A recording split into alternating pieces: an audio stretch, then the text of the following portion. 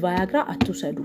በቃ ወጣቶች ወንድ ናችሁ፣ ወንድነታችሁን በአግባቡ ትጠቀሙበታላችሁ። ካለ እድሜያችሁ ሌላ ነገር ውስጥም አትግቡ። ቫያግራ አትውሰዱ። ቫያግራ በሕክምና የሚታዘዝ ነው። እሱም ደግሞ በሕክምና ችግር ያለባቸው ህመም ያለባቸው በስኳር ምናምን በተለያየ ምክንያት ህመም ያለባቸው ሰዎች የሚታዘዝ መድኃኒት ነው። በሕክምና የሚታዘዝ ነው እንጂ በዘፈቀደ ዝም ብላችሁ የምትወስዱት ፋርማሲ ስለሚሸጥላችሁ የገዛችሁ የምትወጡት መድኃኒት አይደለም። ቫያግራ ወጣት ሆናችሁ ወይም ሐኪም ሳያዝላችሁ ዝም ብላችሁ ገዝታችሁ የምትወስዱ ሰዎች በጣም ብዙ ሳይድ ኢፌክት አለው። እሺ ብልታችሁን ስላስቆመላችሁ ብቻ አይደለም፣ ከትንሽ ጊዜ በኋላ ብልታችሁ እንዳይቆምም ያደርጋል፣ እንዲልፈሰፈስ።